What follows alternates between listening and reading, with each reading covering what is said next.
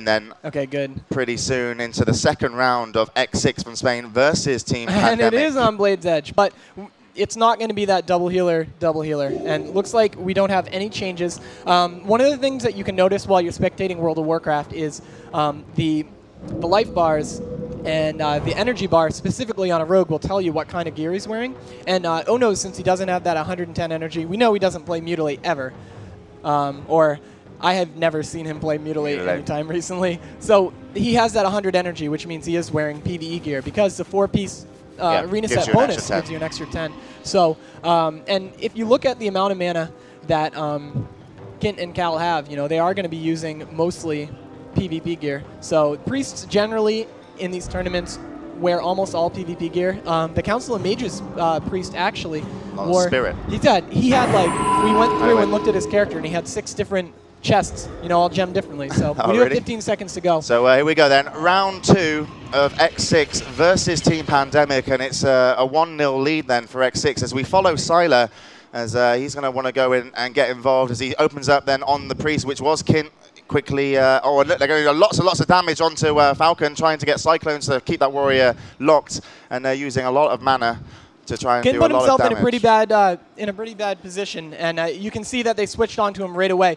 Cal's playing a lot more defensively this fight, which this map allows him to. So you can see him sit in the back, toss out those constant heals and stuff. But Falcon he does have that offensive purge, which plays such a huge role against Druids. So we do see a quick switch onto Falcon still, with Ono's staying right on him. But as you can see, he's dropping totems, and so he's going to keep the thing. And we do see a we do see a Bloodlust come out, and that's going to be heroism, and that's going to put the damage getting out. Dispelled or on Falcon anyway.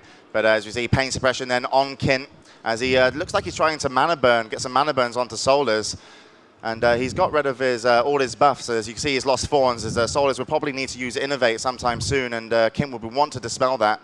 And Kint probably needing an Innovate himself and Trinket, but with a Shaman so close to him, it's not really that possible.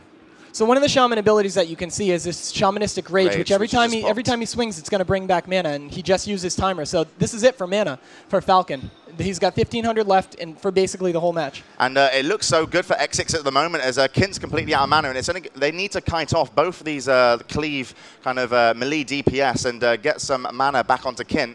Otherwise, Falcon and Sylar might be able to get a kill. You can see that was a bad play by Falcon right there. He didn't have Tremor down on the entire time, so that's why you see him feared, and he was taken out of the fight. And you can see that Kint's going to get away, and he has Innervate up, but I don't see... There we go. Earring of Soulful Meditation, finally. He should have used that earlier. Oh, and Kint goes down to Sylar as he catches crit. him underneath. And that was a lot of damage and a lot of Wind Fury kind of procs there. Yeah. And, they, as you said, they were trying to get away, and they needed to kite off. They kited off Falcon successfully, rooted him, and Oh No's even snared him and then tried to rejoin the fight. Yep. But Falcon got on to Kint at the same time as Sylar, and that burst damage, even though, he did get his Trinket up and an Innovate. Yeah. He had the mana, but he just didn't have the health. And so then down goes Cal then. Second player, and Oh No's left standing. And this is going to be interesting then for Pandemic, as they're going to go 2-0 down in their first game here at the ESL. Yep, and I know that they were saying, we just got an update from, again, Team Alternate actually defeated Aatrox 3-1. So, but we did hear earlier when we were hanging out with them this morning, Team Pandemic, that they were thinking about running a mage if they ever fought a Cleave team. So I don't know if Ono's that used to be his main. So we'll have to see what they're going to play. I mean, putting a mage into this would be, a really good idea, as they will be able to control some of that cleave DPS, or if not both of it. Depends how well the Shaman can play to kind of keep the mage occupied.